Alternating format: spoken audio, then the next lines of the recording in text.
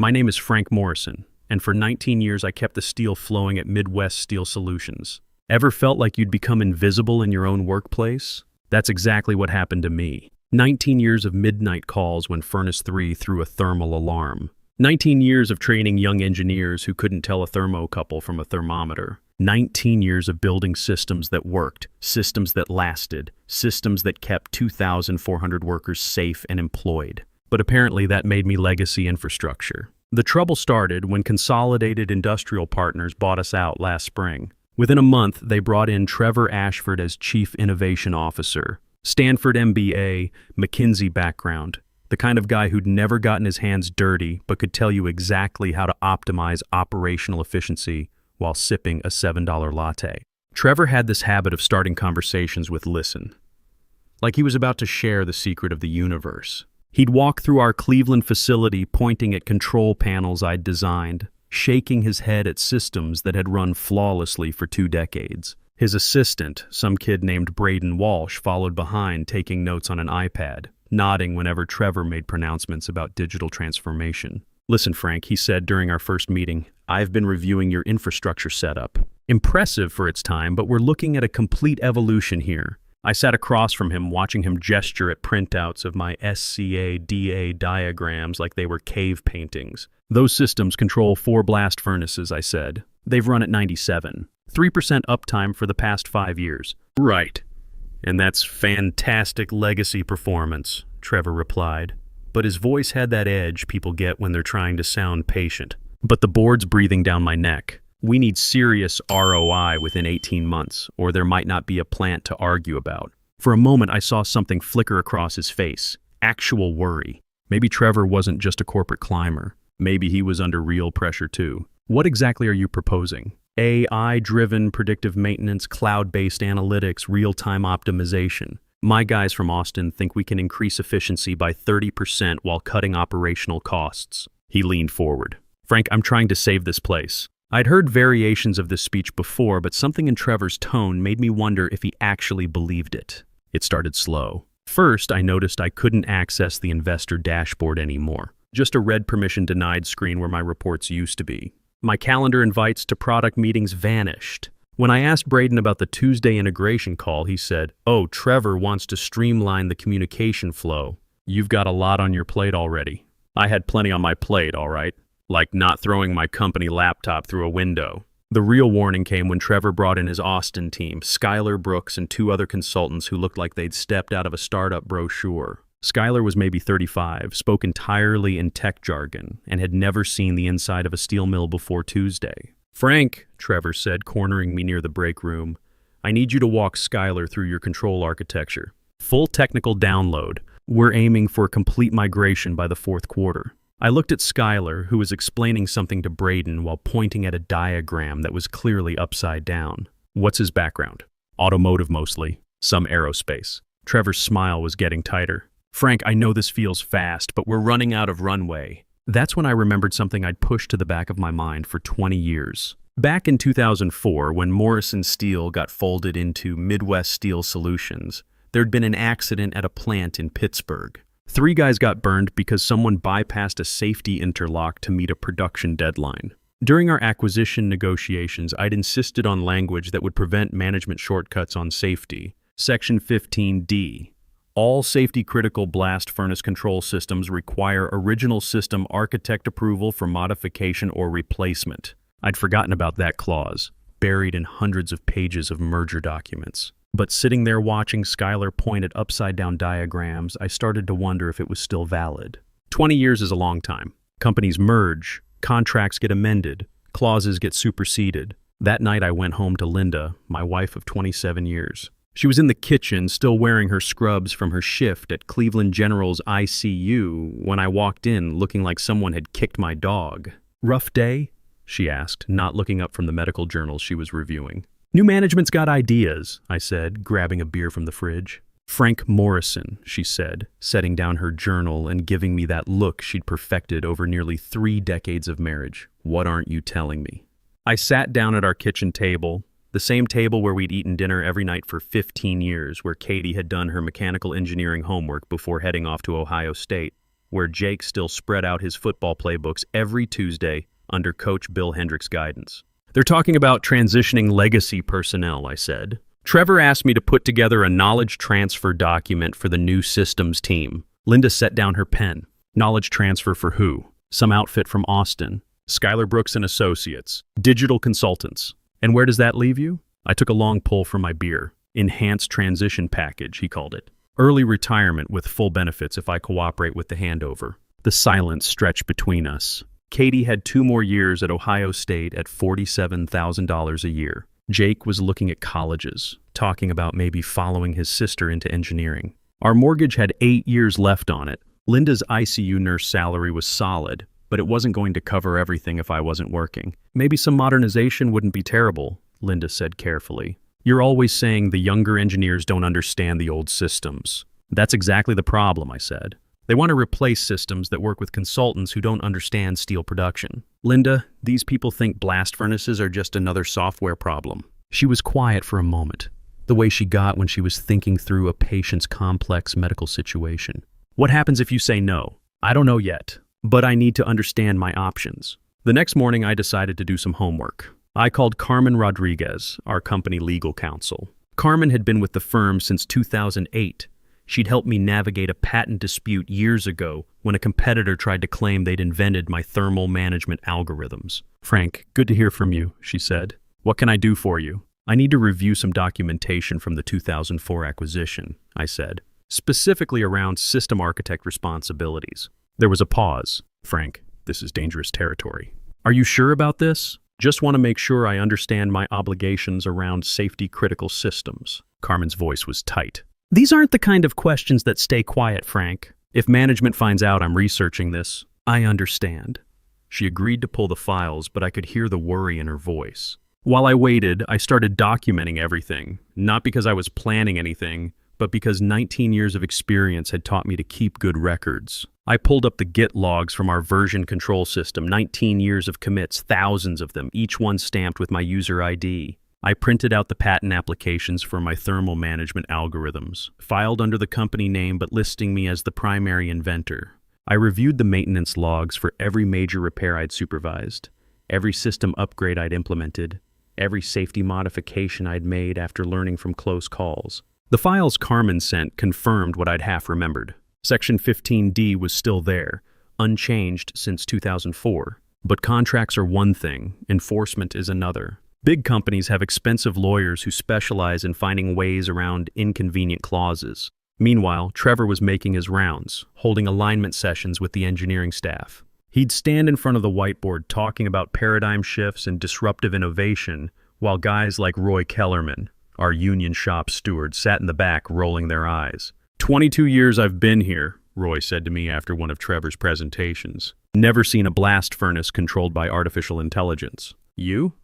"Not yet," I said. "This new kid's gonna get someone killed," Pete Kowalski muttered. Pete ran maintenance and had been my friend since we both started here in our 30s. You can't run a steel plant from a laptop in Austin. But Trevor was already moving fast. He brought in Schuyler Brooks and 2 other consultants from Texas, set them up in the conference room with laptops and energy drinks, and started talking about rapid deployment timelines. "Frank," Trevor said, cornering me near the break room again, "I need you to walk Schuyler through your control architecture." Full technical deep dive. I started working with Schuyler, trying to explain the basics of thermal management and pressure control. Schuyler was enthusiastic, I'll give him that. But enthusiasm doesn't replace experience when you're dealing with molten steel at 3,000 degrees. "So if the oxygen content drops below optimal," Schuyler said during one of our sessions, "the AI system just adjusts the input flow rates automatically?" "That's one option," I said. "But you also have to consider the grade of ore, the moisture content, the ambient temperature, the age of the refractory lining." "Right, but machine learning handles all those variables simultaneously." I looked at him across the conference table, this 35-year-old consultant who'd never seen what happens when a blast furnace thermal management system fails. "Schuyler, have you ever been inside an active steel mill?" "Well, no, but I've studied the operational parameters extensively. When I started here, an old-timer named Bill Hendricks told me something," I said. "He said the furnaces talk to you, but you have to know how to listen." Temperature fluctuations, pressure variations, the sound of the cooling fans, they tell you what's happening before any computer knows there's a problem. Skylar nodded politely, but I could see he thought I was just another old guy stuck in the past, telling stories about the good old days when men were men and steel was steel. 2 weeks later, we got our first real test. Skylar's AI system was monitoring Furnace 2 when it detected what it classified as a thermal anomaly and recommended increasing oxygen flow to optimize the burn. In reality, the anomaly was normal temperature variation that occurs when you're transitioning between different grades of steel. Increasing oxygen flow at that moment would have created a dangerous overpressure condition. I was monitoring from the control room when it happened. Skylar was at his laptop, confident in his algorithms, ready to implement the AI's recommendation. Roy Kellerman was standing behind him, face creased with worry. "Frank," Roy said quietly, "that doesn't look right to me." I had about 30 seconds to decide whether to let Skylar learn from experience or prevent a potential disaster that could hurt people Roy had worked with for 22 years. I chose prevention. I overrode the system manually, maintaining the temperature profile that would safely complete the grade transition. "What the hell, Frank?" Skylar snapped. The system had it under control. "The system would have created an overpressure condition," I said. "Check your pressure calculations." Skylar ran the numbers and went quiet. 5 minutes later, he came over to my station, his startup confidence noticeably deflated. "How did you know?" he asked. 20 years of listening to furnaces," I said. Later that week, Trevor called me into his office. Wade Pemberton, his VP of operations, was there too, along with Braden taking notes on his ever-present tablet. "Frank," Trevor said, his usual warmth replaced by something tighter, "we need to talk about the Furnace 2 incident." "What about it? Skylar says you overrode the AI recommendations without following proper protocols." I looked at Wade, who had the grace to look uncomfortable. "The proper protocol is to prevent accidents," I said, "which is what I did." Trevor's face was getting red now. "Frank, I've been more than patient with this transition, but I need to know you're on board with the program. The program that nearly created an overpressure event on Furnace 2? The program that's going to save this company," Trevor shot back. That weekend, I drove up to my brother Danny's bar in Akron. Danny had been running the Iron Horse for 15 years, catering to steel workers and cops and guys who fix things for a living. It was the kind of place where the beer was cold, the conversation was honest, and nobody talked about paradigm shifts. "You look like hell," Danny said, sliding a whiskey across the bar. "Feel like it too." I told him about Trevor, about the Austin consultants, about the close call with Furnace 2. Danny listened without interrupting, the way bartenders learn to do. When I finished, he refilled my glass and leaned against the bar. "Remember when we were kids? Dad used to take us to the plant on Saturdays?" I nodded. Our father had worked blast furnaces for 38 years, came home every night with soot under his fingernails and stories about the steel that built America. He used to say the furnaces were like living things, Danny continued. You had to know them, understand them, respect them. Can't learn that from a book. Can't learn it from a computer either, I said. "So what are you gonna do?" I stared into my whiskey, thinking about Katie and her mechanical engineering classes, about Jake looking at colleges, about Linda working double shifts in the ICU to help people through their worst moments. "What I have to do," I said, "take care of my family." But driving home that night, I started thinking about that Section 15D clause, about Roy's worried face when he saw those pressure readings, about 2,400 workers whose lives depended on thermal controls and pressure releases and emergency shutdowns that I'd designed to fail safe, not fast. Monday morning, I made a decision. I called Carmen Rodriguez back. "Carmen," I said, "I need you to pull those 2004 acquisition documents again, specifically Section 15D. "Frank, what's going on?" "I need to know exactly what my legal obligations are regarding safety-critical system modifications." There was a pause. "Are they pressuring you to approve something you're not comfortable with?" "Let's just say I want to make sure I understand all my options." Carmen agreed to do a comprehensive review. While I waited, I kept documenting everything. Every system I'd built, every modification I'd made, every safety protocol I'd implemented. 19 years of keeping furnaces running and workers safe. 2 weeks later, Trevor called an all-hands meeting to announce the digital transformation timeline. The entire engineering staff crammed into the conference room, along with union representatives and senior management. Trevor stood at the front with his PowerPoint loaded, wearing his $300 haircut and what looked like a more expensive suit than usual. "Today marks the beginning of a new era for Midwest Steel Solutions," he began.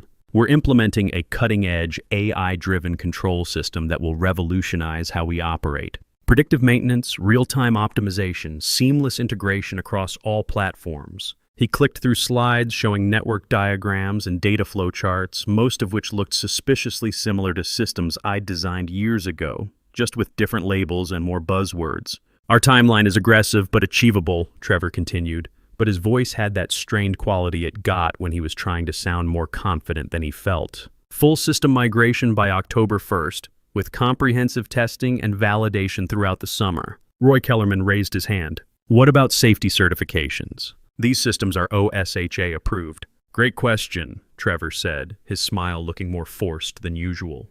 Skylar's team is handling all regulatory compliance. Complete documentation package, full certification transfer. I felt something cold settle in my stomach. Certification transfer. Like you could just copy and paste 20 years of safety protocols from one system to another. Now, Trevor said, I want to thank Frank Morrison for his years of dedicated service. Frank's been instrumental in documenting our legacy systems and training the transition team. He paused, looking directly at me with what might have been a challenge in his eyes.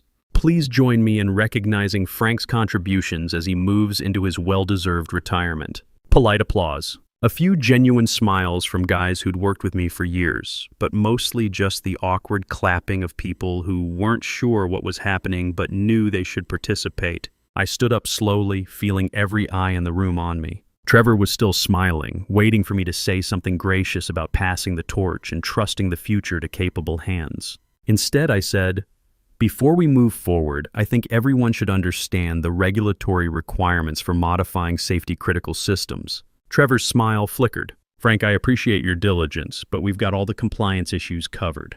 Actually, I said, I don't think you do. The room got very quiet. Carmen Rodriguez, sitting near the back, sat up straighter in her chair. According to Section 15D of our 2004 acquisition agreement, I continued, any modification to blast furnace safety systems requires written approval from the original system architect. That would be me. Trevor tried to laugh it off, but his hand was gripping his laser pointer so tight his knuckles were white. Frank, we're all on the same team here. I designed every safety protocol in this plant, I said. Every thermal control algorithm, every pressure release sequence, every emergency shutdown procedure. My name is on the patents. My signature is on the OSHA certifications. And according to our legal agreements, those systems can't be modified without my approval. The silence in the room was deafening. Trevor's face was cycling through confusion, irritation, and something that looked like barely controlled panic. Carmen cleared her throat. Frank's correct, she said. Section 15D is still in effect. I reviewed the documentation last week. What exactly does that mean? Asked Wade Pemberton, whose voice had gone up half an octave. Carmen looked at her notes. It means any changes to safety-critical systems require Frank's written consent. And if he were to withdraw that consent, or if he were terminated without cause, the systems would need complete recertification. How long does recertification take? Roy asked, leaning forward in his chair. For safety-critical blast furnace controls? Carmen consulted her files. 18 to 24 months. And the plant would need to shut down during the inspection process. The room erupted, not in anger, but in the kind of shocked murmuring that happens when people suddenly understand they're standing on the edge of a cliff they didn't know was there. Trevor tried to regain control, his voice higher and more strained than I'd ever heard it. Okay, folks, seems we've got a little technical hiccup here. Nothing to worry about, but this is obviously something we can work through. But people were already standing. Wade was pulling his laptop from his bag, breathing through his mouth like a man trying not to be sick. Braden was frantically typing on his tablet. Frank, Trevor said, turning to me with desperation creeping into his voice, you've been with us for 19 years. I'm sure we can find a mutually beneficial arrangement here. I looked around the room at guys like Roy and Pete, men who'd spent their careers keeping the furnaces running, who'd trusted me to build systems that kept them safe. I thought about Katie's tuition and Jake's college plans and Linda's steady faith that I'd always find a way to provide for our family. But I also thought about Furnace 2 and overpressure conditions, and what happens when consultants who've never seen molten steel try to optimize systems they don't understand. Actually, I said, I think I'd like to explore my options. What followed was 3 weeks of the most intense legal and technical review I'd ever experienced. Carmen brought in outside counsel. Trevor brought in his own lawyers from some white shoe firm in New York. Skylar Brooks and his team tried frantically to reverse engineer systems they'd never understood in the first place. The facts were simple and brutal. I owned the intellectual property rights to every safety-critical system in the plant. My approval was legally required for any modifications. And without those systems, Midwest Steel Solutions couldn't operate. Trevor tried everything. He offered me bonuses, consulting contracts, even a position as senior technical advisor where I could mentor the next generation while embracing digital innovation. But every offer came with the same underlying assumption, that I would eventually sign off on replacing my systems with his Austin consultant's AI solution. The problem was, I'd actually reviewed their solution thoroughly, and it was garbage. Skylar's team had built what amounted to a sophisticated data visualization platform that could display furnace temperatures and pressure readings in real time. It could even trend the data and send alerts when values moved outside normal ranges, but it couldn't actually control anything. It had no understanding of the complex interactions between temperature, pressure, chemistry, and physics that make steel production work. It's like replacing a surgeon with a really expensive thermometer, I told Linda one night over dinner. Sure, it can tell you when something's wrong, but it can't fix it. Linda set down her fork and looked at me with those steady brown eyes that had seen me through 2 decades of shift work and midnight emergency calls. Frank, she said, what do you really want to do here? I thought about that question for a long time. What did I want? To be right, to be respected, to protect my family's financial security, or something else entirely? I want those 2,400 workers to go home safe every night, I said finally. Same as they have for the past 19 years. The final confrontation came at the quarterly board meeting in September. Trevor had scheduled a presentation for investors about the digital transformation initiative, complete with projected cost savings and efficiency improvements. He'd even prepared a slide deck highlighting the seamless transition from legacy to next-generation systems. I wasn't on the agenda. I wasn't even invited to the presentation. But Carmen had advised me that as the system architect, I had the right to address any board discussion about modifications to safety-critical systems. So I showed up. The ballroom at the Cleveland Marriott was packed with investors, board members, and senior management.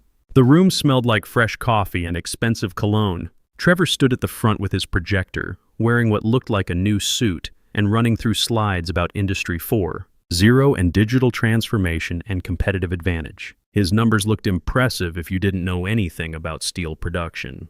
30% efficiency gains, 20% cost reduction, seamless integration with existing infrastructure. Our AI-driven control system represents a quantum leap forward, Trevor was saying, but I could hear the strain in his voice now, the way it got tight when he was trying to convince himself as much as his audience. Predictive maintenance capabilities, real-time optimization, seamless integration with existing platforms. I waited until he got to the slide about implementation timeline. That's when I stood up from my seat in the back of the room. Excuse me, I said, my voice carrying clearly across the sudden silence. I have some concerns about the safety certification process. Trevor's face went white. His hand actually shook as he set down his laser pointer. He'd been hoping I wouldn't show up, that I'd quietly accept one of his buyout offers and disappear into retirement. Frank, he said, his voice cracking slightly, I don't think this is the appropriate venue. Actually, interrupted Martha Hayes, the board chairwoman, if this concerns safety certifications, I think we need to hear it. I walked to the front of the room, feeling the weight of 20 years' experience behind every step. The investors watched me with the kind of attention people give to unexpected entertainment, not yet understanding they were about to witness a corporate execution. Ladies and gentlemen, I said, my name is Frank Morrison. For 19 years, I've designed and maintained every safety-critical system in this facility. I hold the patents on our thermal management algorithms. My signature is on every OSHA certification.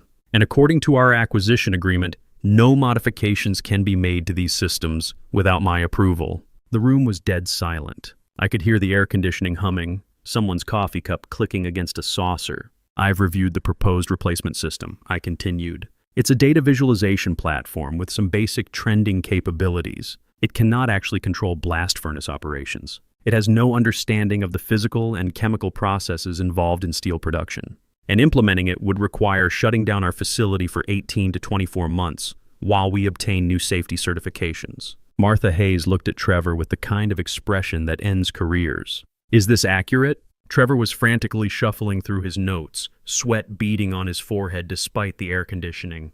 Well, there are some regulatory considerations, but it's not a consideration, I said flatly. It's the law. You cannot operate blast furnaces with uncertified control systems. Period. Another board member, an older gentleman named William Knox, leaned forward. Mr. Morrison, what would be required to obtain your approval for the new system? I looked around the room at faces that represented millions of dollars in investment, at Trevor's desperate expression, at Carmen Rodriguez nodding encouragingly from her seat near the legal team. The proposed system would need to actually work, I said. It would need to demonstrate the same level of safety and reliability as our current systems. And it would need to be designed by people who understand steel production, not consultants who think blast furnaces are just another data management problem. The questions came fast after that. How long would recertification take? What were the insurance implications? Could the plant operate during the transition? The answers weren't good for Trevor's timeline or his budget. By the end of the meeting, Trevor's digital transformation initiative was dead. The investors were talking about bringing in someone with actual industry experience to run the technology transition. Wade Pemberton was already updating his LinkedIn profile on his phone, but Trevor wasn't done. As people filed out of the ballroom, he cornered me near the exit. "Frank," he said, his voice tight with barely controlled fury, "you just cost this company millions of dollars. And for what? To protect some obsolete systems that should have been retired years ago?" I looked at this 36-year-old MBA who'd never built anything more complicated than a PowerPoint presentation, who thought 19 years of keeping people safe was legacy thinking. "Trevor," I said, "those obsolete systems kept 2,400 people employed and alive for 2 decades. Your revolutionary system couldn't safely run a coffee maker, let alone a blast furnace." His face went red. "You know what, Frank? You won. Congratulations. I hope you're happy when this place shuts down because we couldn't modernize fast enough to compete." I thought about that for a moment. You know what would make me happy, Trevor? If someone had asked me 6 months ago how to actually improve our systems instead of assuming everything I built was worthless because it didn't come with an app. That's when Martha Hayes made an interesting observation. "Mr. Morrison," she said, approaching us with William Knox and 2 other board members, "you obviously have valuable expertise. Have you considered consulting work?" 3 months later, I was sitting in a much nicer conference room in Detroit, meeting with the board of Great Lakes Green Steel, a startup focused on environmentally sustainable steel production. They were building a new facility using hydrogen-based reduction technology, eliminating the carbon emissions of traditional blast furnaces while maintaining all the safety and reliability standards I'd spent my career perfecting. "Frank," said their CEO, Rebecca Martinez, a former U.S. Steel executive who actually understood both steel production and modern technology, "we need someone who understands both traditional steel production and cutting-edge process control. Someone who can design systems that are both safe and innovative." The offer was solid. $195,000 salary plus consulting fees, full benefits, and equity in a company that was positioned to revolutionize American steel production. But there were trade-offs. I'd have to relocate to Detroit. My pension benefits from Midwest wouldn't fully transfer. And there were legal risks. Consolidated Industrial Partners wasn't happy about losing their entire technology platform and had lawyers looking for ways to challenge the IP agreements. More importantly, they wanted me to build something new, not just maintain something old. But the best part was the respect. When I explained the importance of fail-safe systems and redundant safety protocols, nobody rolled their eyes or talked about paradigm shifts. They took notes and asked intelligent questions about implementation timelines and regulatory requirements. I called Linda from the hotel that night. "How'd it go?" she asked. "They offered me the job," I said. And I think I'm going to take it. But we'd have to move. And there's some legal exposure with the old company." There was a pause. "What about Trevor and his Austin consultants?" I looked out the hotel window at the Detroit skyline, at the cranes and construction that meant people were still building things, still making things, still trusting experienced hands to get the job done right.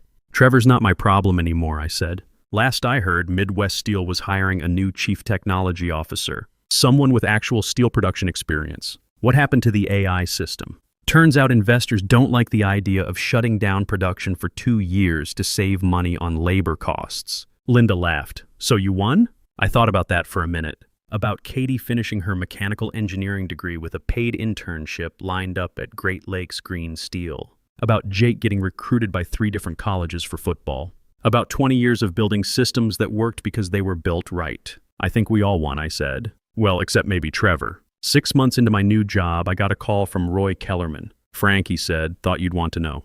Trevor's gone. They brought in a new CTO, guy named Mike Sullivan. 30 years at Bethlehem Steel. What about the Austin consultants? Gone too.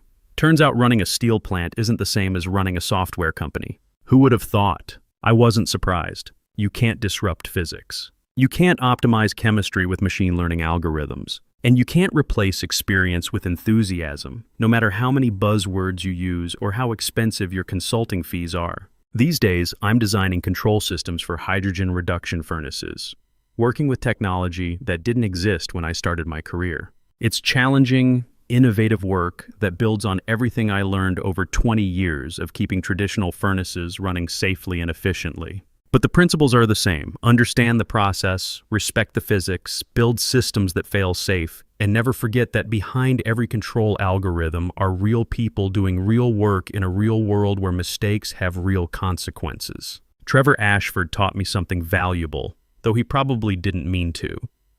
Sometimes the best way to embrace the future is to make damn sure you understand the past. Sometimes the most revolutionary thing you can do is insist that expertise matters more than enthusiasm, that competence trumps credentials, and that building things that last is more important than building things that impress venture capitalists. My name is Frank Morrison. I'm 54 years old, and I've spent my career building systems that work. That's not legacy thinking. That's just good engineering. If you enjoyed watching Frank take down Trevor and his Austin consultants, hit that like button and let me know in the comments what you think about corporate digital transformation. And if you haven't subscribed yet, do it now and ring that notification bell, because we've got more stories like this about experienced workers who refuse to get steamrolled by management. Thanks for watching. I'll see you in the next one.